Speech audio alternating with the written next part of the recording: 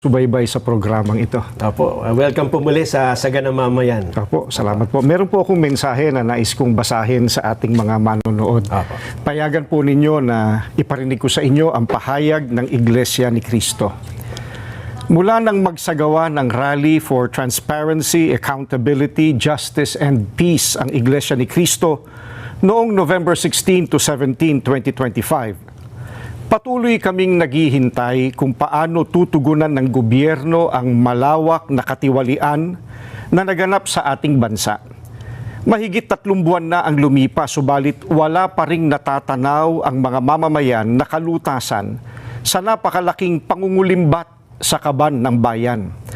At sa halip ng mga salarin ang hanapin at usigin, ay ang mga nagbibigay ng impormasyon at tumitestigo laban sa kanila ang kinakasuhan at ginigipit. Kung kaya't hanggang ngayon ay hindi pa natutunton ang sinasabing mahigit na 1 trilyong piso na inilaan sa mga flood control projects at iba pang pagawaing bayan. Sapagkat ang hinahanap ng mga dapat mag-imbestiga ay ang mga pangyayaring maaaring magamit para mailihis sa iba't ibang issue ang problemang ito. Hinihintay ng mga Pilipino ang sinasabi ng Senate Blue Ribbon Committee Chairman na we will go where the evidence lead us. Ngayong may mga lumalabas na pahayag na mula sa mga sangkot, kabilang ang umano'y nagpadala ng mali-maletang pera. At kamakailan lang ay pinatunayan ng mga dating sundalo na umaming sila ang naghatid ng mga ito.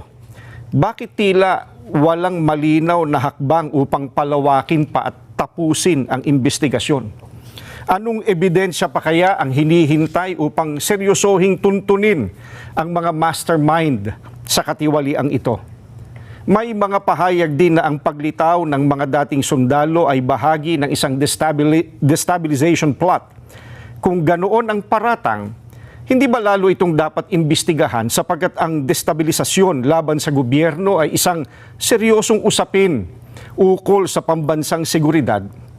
Bukod dito, ang malawakang bahagi ng inihayag ng mga dating sundalo ay tuwiran pa namang may kaugnayan sa naganap na paglimas sa salapi ng bayan.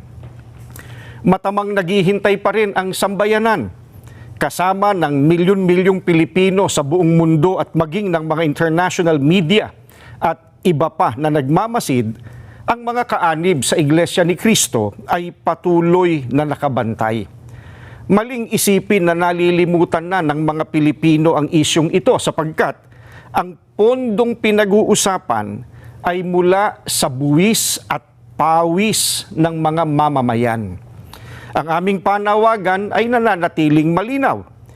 Ilantad ang buong katotohanan. Papanagutin ang dapat managot at pairalin ang katarungan upang maibalik ang tiwala ng bayan at maitaguyod ang tunay at pangmatagalang kapayapaan at pagsulong ng Pilipinas. Maraming salamat po, kapatid Nelson. Salamat. Diritsang kwinisyon ni Caloocan 2nd District Representative Edgar Erese. Si Senator Ping Lacson kaugnay ng aniyay hindi natutuloy na investigasyon kaugnay ng mabibigat na aligasyon ng korupsyon.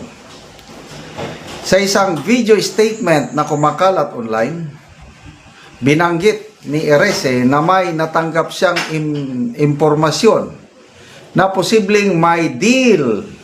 Magkaintindihan na.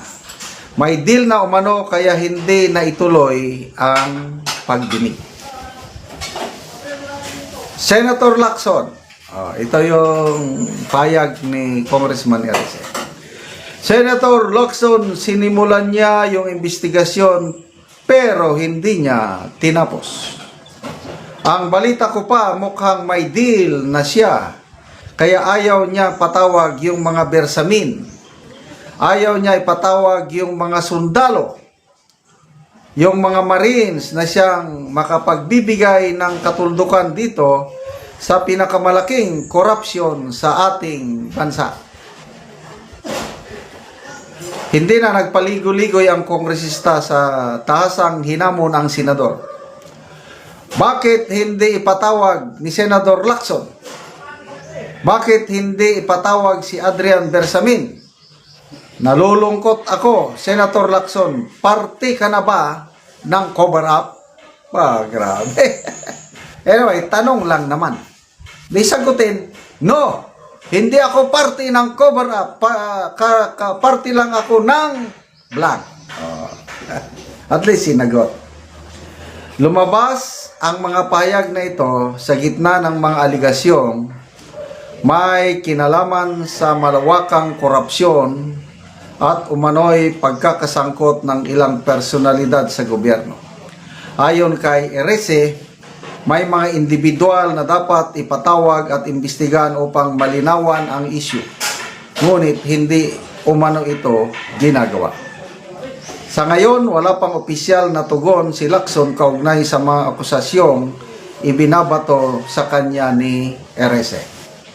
Okay, kanina lang, may nabasa kong post, pahayag ng anchor ng PGMN. Nakalimutan ko yung pangalan, lalaki. Sabi niya, nung una, bilib na bilib ako dito kay Senator Ping Lacson dahil kasama niya sina Miriam Defensor, Joker Arroyo, Senator Gingona na ayaw tumanggap, ayaw na ayaw sa pork barrel panahon ng Pinoy administration. Ngayon, nag-iba na. Ganon din ako. Parehas kami ng pananaw, opinion nitong PGMN Anchor, Peanut Gallery Media Network. Talagang saludo ako kay Senator Lacson nung una. Yung kanyang police service, from the PMA, naging pulisya, naging PNP chief. Wala akong problema. Ang ganda yung ginagawa niya, although may issue sa kanya, Coratong Baliling, wala na yon, kinalimutan ko na yon. And then yung pagiging senator niya, yung 18 years ba yun? Tagal siyang naging senador. Ang ganda kaya. But, nagbago bigla nung naging chairman siya. Hindi, pag simula niya as chairman ng committee, Blue Ribbon Committee, maganda pa eh. Ang sipag niya nung una. Kailang nung nagtistigo na si Orly Gutesa, yun na, nagbago.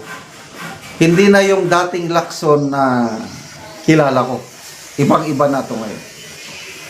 Yung kay Adrian Bersamin, hinihimok siya ni Congressman Antonio Tino at Senator Marcoleta na imbestigahan yung text messages between the President, alleged text messages between the President and Yusek Bersamin. Ano sagot niya? Sila nang mag-imbestiga. Talagang ayaw niya.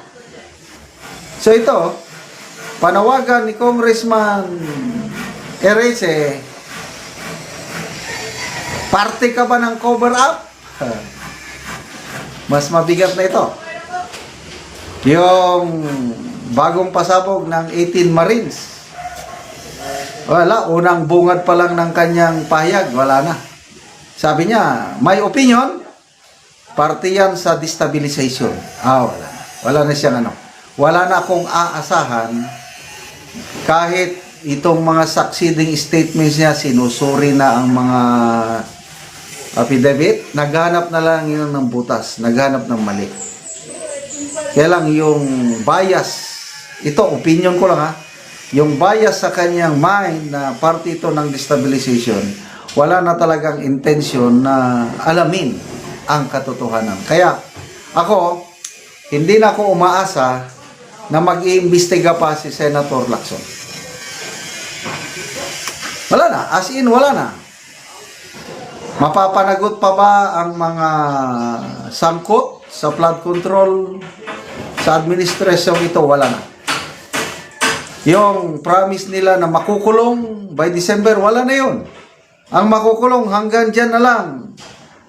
Ex-Senator Revilla, sino pa? Diskaya, Sara Diskaya, at ilan pang mga DPWH official, yan lang. Wala na. So anong asahan natin? Edi umasa na lang tayo. Kaya magtulong-tulungan tayo, suportahan yung nagdeklarar candidacy ni VP Sara kung gusto natin na mapanagot ang mga nagnakaw sa kaban ng taong bayan, dahil yun na yung pahayag ni VP Sara na yung nire-recruit niyang Vice President, kung manalo sila, ang trabaho ng Vice President is panagutin, imbestigahan, ipakulong ang mga magnanakaw sa kaban ng taong bayan. Sana darating ang panahon na yan. Basa tayo sa mga comments. Arnold Custodio, kung may cover-up, team leader yan. Raul Japay, as is customary now, his spoken word appear to attempt to distort the truth. His actions, however, speak more loudly than his words. Congressman, kailangan pa bang itanong yan? Di ba? Di pa ba halata? Oo nga, halatang halata na.